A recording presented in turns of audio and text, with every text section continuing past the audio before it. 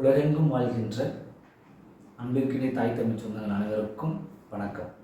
எனக்கு உயிர் தந்த தாய் தந்தையரையும் என் உயிருக்கும் மேலான தாய் தமிழையும் தமிழ் தேசிய தலைவர் மேதவி பிரபாகரன் அவர்களையும் வணங்கி தமிழ் தீச்சிறகு என்ற தமிழ் தேசிய சமூக வலைதள ஊடகமாக இந்த ஊடகத்தை துவங்குகின்றேன்.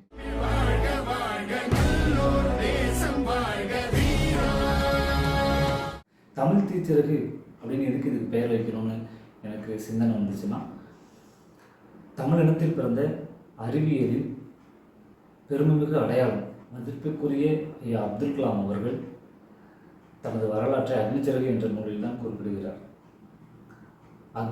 தீ போன்று உறுதியாகவும் சிறகு என்பது கனவுள் கொண்டு பறக்க வேண்டும் என்ற அந்த ஒரு குறிப்பிட்டிற்காக அவர் கூறுகிறார்.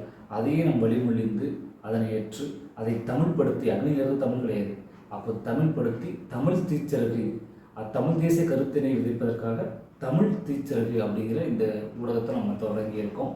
பல ஆயிரக்கணக்கான தமிழ் ஊடகங்கள் இயங்கி கொண்டு வருது.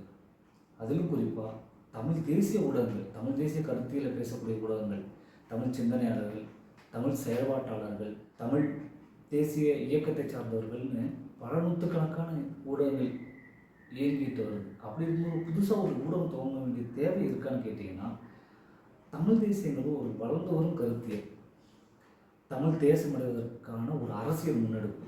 அப்படி இருக்கும்போது அதுக்கு மேலும் ஒரு உந்து சக்தி தேவை. அப்போ எல்லா ரீதியிலிருந்தும் எல்லா துறையை சார்ந்தவர்களும் தமிழ் தேசியம் பேசும்போது அது எளிதாக போய் அடுத்த தலைமுறையை சேரும், இன்னும் வேகமாக இந்த கருத்தியல் வளரும். அதுக்காக அதுக்கு ஒரு வலு சேர்க்கும் விதமாக இந்த ஊடகத்தை நான் தொடங்கியிருக்கேன். தமிழ் தேசிய கருத்தியலை, இந்த அரசியலை வேறுபட்ட கோணத்தில் நாம் அணுகி பார்க்கலாம். வரலாறுகளை ஆதாரங்களோடு அலசி ஆராயலாம். தமிழர் கலை, இலக்கியம், பண்பாடு ஆகியவற்றை அடுத்த தலைமுறைக்கு கடத்துவதற்கான முன்னெடுப்பை நாம் எடுப்போம். இந்த சமூக ஊடகத்தை தலைவர் பிறந்தநாள் என்று நான் துவங்குகிறேன். என் பெயர் பார்த்திபன். இது தமிழ் தீச்சிறகு. நன்றி, வணக்கம்.